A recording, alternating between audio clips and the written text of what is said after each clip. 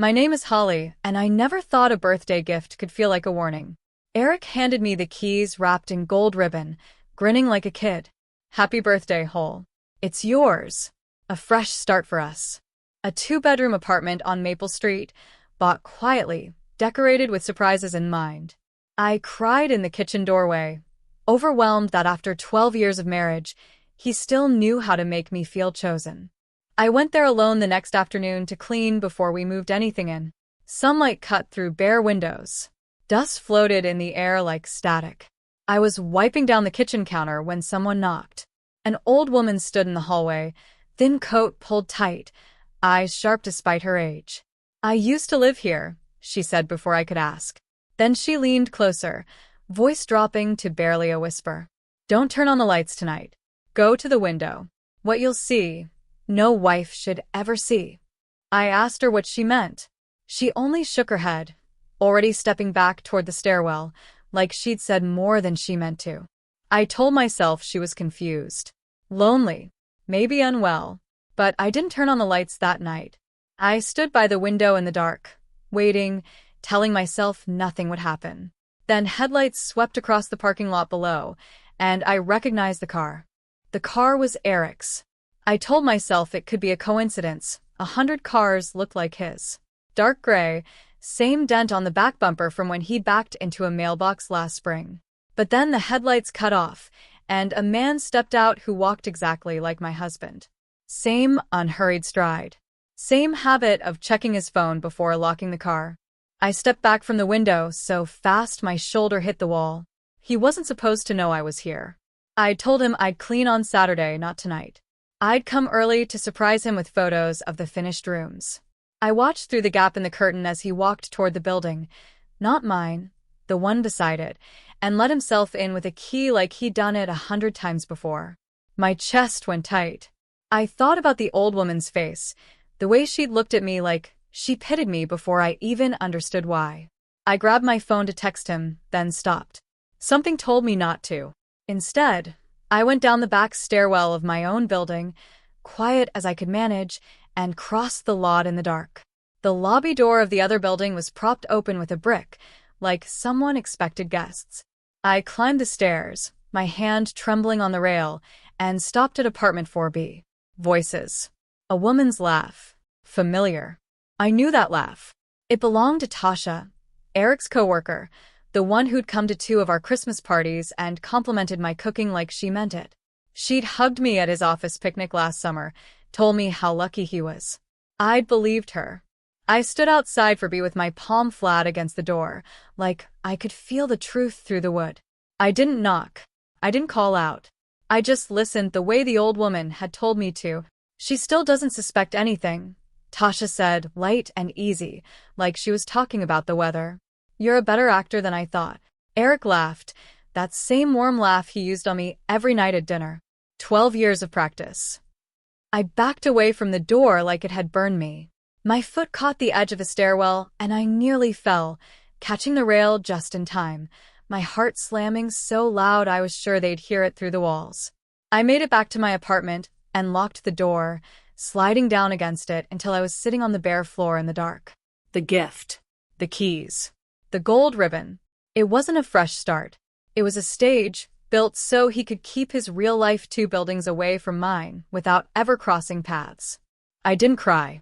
I just sat there, thinking about the old woman's eyes. She'd known. And she wanted me to. I didn't sleep that night. I sat in the dark apartment until the sun came up, replaying 12 years like a film reel, birthdays, anniversaries, the way he used to text, "Miss you already," before he'd even left the driveway. I tried to find the moment it had all gone hollow. I couldn't. Maybe it had been hollow longer than I wanted to admit. By morning, I'd made a decision. I wasn't going to scream. I wasn't going to confront him with shaking hands and a voice that cracked. I'd watched my mother do that once with my father, and it had cost her everything. The house, the savings, her dignity, all signed away in the chaos of heartbreak. I would be quiet. I would be exact. I went home and acted like nothing had changed. I kissed Eric on the cheek when he walked in, asked about his day. He talked about a client emergency that had kept him out late, and I nodded, stirring soup on the stove like my hands weren't itching to throw the pot at the wall. That afternoon, I found the old woman again. She was sitting on a bench near the building, feeding pigeons like she had nowhere else to be. "You knew," I said. "How long has this been going on?" She looked at me, not unkindly. "Long enough that the lease for 4B is in his name. Not hers. His." I went very still. "There's more," she said. Much more. Her name was Margaret. She'd lived in that building for 30 years before her son moved her into assisted living, and she still came back most afternoons because, as she put it, old habits don't leave just because you do. She told me she'd seen Eric coming and going from 4B for almost a year. At first she assumed it was a second office, the way men sometimes pretended. Then she'd seen Tasha's name on a delivery package. Then she'd seen them together on the balcony one night, laughing in a way that left no question. "I almost told you the day you signed the papers for your place," Margaret said. "But it wasn't my story to tell. So I waited until you were standing in that apartment alone. I figured you deserved to find it yourself." I thanked her, though the words felt small against what she'd handed me. That night, I didn't confront Eric. Instead, I opened my laptop and began building a folder. Bank statements I'd never paid attention to, credit card charges for restaurants I'd never been taken to, a property record search that confirmed what Margaret already knew. The lease on 4B was signed 8 months ago, under his name, paid from an account I didn't know existed. I found a withdrawal history that didn't match anything in our shared life. Slowly, methodically, I built a picture of a second marriage I'd never agreed to. And buried in an email thread he'd forgotten to delete, I found something that changed everything. The email was from a divorce attorney, dated 4 months ago. Subject line: asset protection before filing. I read it 3 times, my hands cold against the keyboard. Eric had been quietly meeting with a lawyer to figure out how to walk away from our marriage with everything intact. The house, his retirement accounts, even the small inheritance from my own mother that had gone into renovating our kitchen. The attorney's advice was clear: transfer what you can before she knows anything is wrong. The apartment. My birthday gift. It wasn't love. It was a decoy, something to keep me distracted and grateful while he finished moving pieces off the board. I closed the laptop and sat in the quiet, feeling something inside me shift from grief into focus. I called my cousin Danielle, a paralegal who'd spent 10 years untangling other people's messes. I told her everything: the apartment, Tasha, the lawyer, the hidden account. She didn't gasp or pity me. She just said, "Then we make sure he doesn't get to choose how this ends." Together we built a file: screenshots, bank records, the lease, the email. Danielle knew an attorney who specialized in cases exactly like mine, one who understood how to expose hidden assets before a husband could finish hiding them. For the first time in days, I felt something other than heartbreak. I felt steady. And 3 days later, an envelope arrived at our house, addressed to Eric, from a law office I didn't recognize.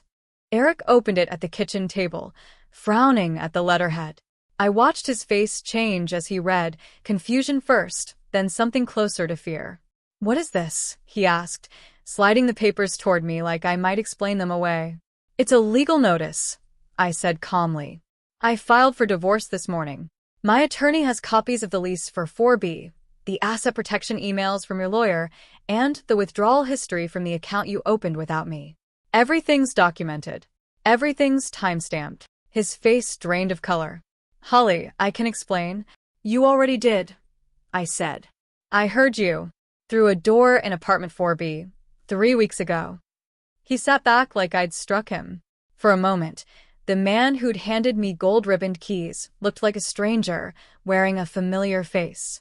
I told him Danielle's firm had already filed a motion to freeze the joint accounts, and that the apartment, the one he'd given me as a gift, was in my name on the deed, which meant it was mine, free and clear, regardless of what happened next.